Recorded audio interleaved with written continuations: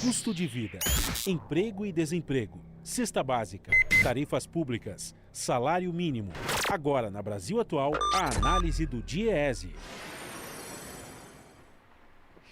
E a gente vai conversar agora com o diretor técnico do DIEESE, Fausto Augusto Júnior. Bom dia, Fausto. Bom dia, Glauco. Bom dia a todos.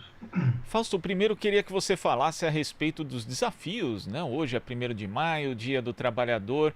Teremos aí uma celebração diferente por conta desse contexto da pandemia de coronavírus, uma celebração, um encontro virtual envolvendo personalidades do mundo político, dirigentes sindicais, dirigentes de movimentos populares. Como é que você vê os desafios que se impõem hoje nesse 1º de maio, Fausto?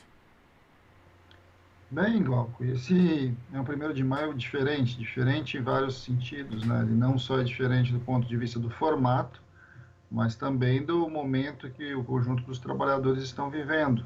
A gente não é um momento simples do ponto de vista do trabalhador, primeiro com relação à sua segurança, no trabalho. O conjunto de trabalhadores estão indo para, em especial das atividades essenciais, mas agora com o relaxamento aí do isolamento, estão indo para o seu trabalho, e uma das questões muito colocadas, né, em questão no 1º de maio é a garantia da vida das pessoas, né? Ou seja, as pessoas precisam ter o mínimo de segurança ao trabalhar, ao irem cumprir a sua tarefa aí ao longo da sua jornada. Isso passa por mais EPIs, isso passa por condições de trabalho diferenciada, isso passa por a gente reorganizar a forma como a gente, inclusive, compreendia o trabalho. A outra questão é que a gente vem sofrendo a partir da pandemia, mas na verdade já antes disso, com a reforma trabalhista, um conjunto de perdas, um conjunto dos direitos dos trabalhadores, e coloca também um desafio enorme para as entidades sindicais, um enorme conjunto da classe trabalhadora e para as pessoas em geral, que é como que nós vamos sair dessa pandemia. Então, acho que o 1º de maio marca um pouco esse debate, essa questão.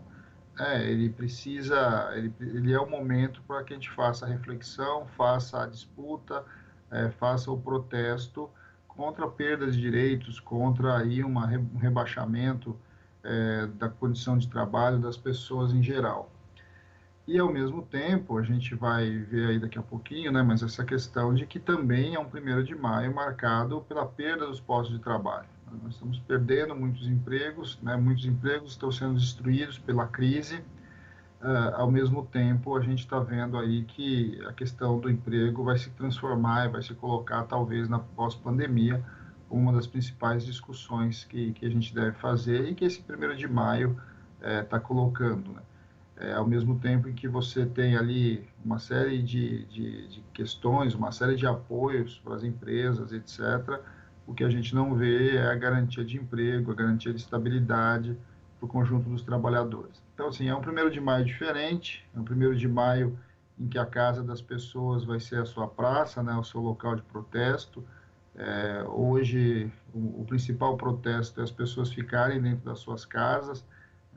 Você se contrapor essa ideia de que o lucro está acima da vida das pessoas, talvez seja um dos grandes motes aí desse 1º de maio, em que a gente ficar dentro das nossas casas faz parte da nossa estratégia aí de que há um ano atrás estávamos nas praças, aí nas ruas, nas grandes multidões, pressionando no 1º de maio do ano passado. Talvez esse seja, apesar de seja diferente, ele talvez seja um 1º de maio que mobilize muito mais pessoas do que mobilizou anteriormente, até por conta das condições que nós estamos vivendo, de um lado, e de outro, talvez seja o 1º de maio mais importante que a gente tem desde o processo de redemocratização. É bom lembrar também que a gente está no meio de uma discussão importante dentro do país, que é a manutenção da democracia, a possibilidade das pessoas poderem terem voz, poderem falar, poderem expor suas ideias, poder colocar o seu contraditório, algo que é fundamental nesses momentos, da qual o 1º de maio talvez seja o primeiro grande ato deste ano.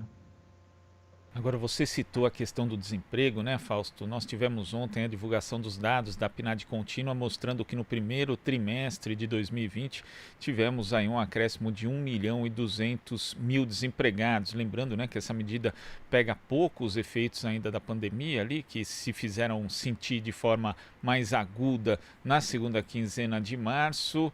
Quer dizer, e isso porque já tem gente que está procurando, né, deixou de procurar trabalho justamente por conta desse cenário, que deve se agravar nos próximos meses, não?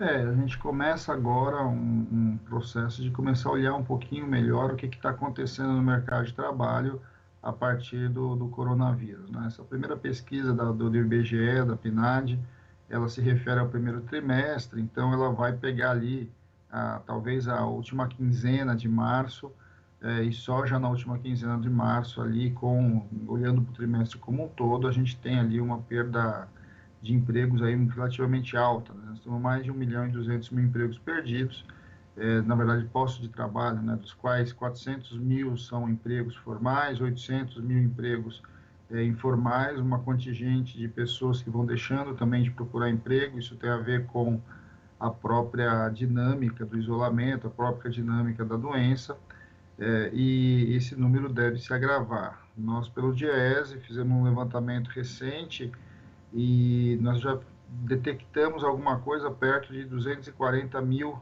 destruições de postos de trabalho ao longo só de um pedaço do mês de abril.